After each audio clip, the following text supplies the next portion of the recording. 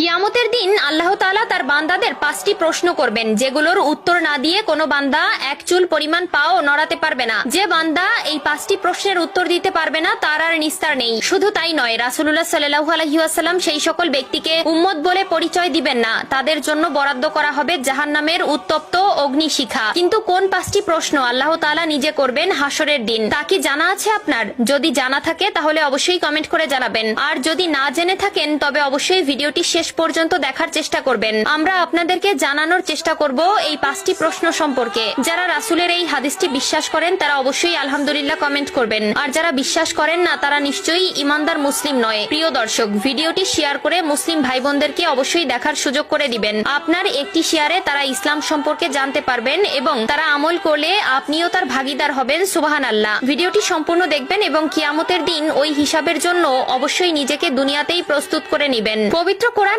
মহান আল্লাহ তাআলা দুনিয়ার কর্মকাণ্ডের জন্য পরকালের জবাবদিহিতার কথা জানিয়েছেন। এছাড়াও রাসূলুল্লাহ সাল্লাল্লাহু আলাইহি ওয়াসাল্লাম বলেছেন, কিয়ামতের দিন এই 5টি প্রশ্নের জবাব না দিয়ে তারা আল্লাহর সামনে থেকে সরতে পারবে না। স্বয়ং আল্লাহ তাআলা নিজে তার বান্দাদের কিয়ামতের দিন যে প্রশ্ন করবে তার প্রথম প্রশ্ন হলো, জীবন কোথায় নিঃশেষ করেছো? আল্লাহ তাআলা আমাদের সুন্দর একটি জীবন দান করেছেন, যার জন্য আমরা আল্লাহর কাছে চির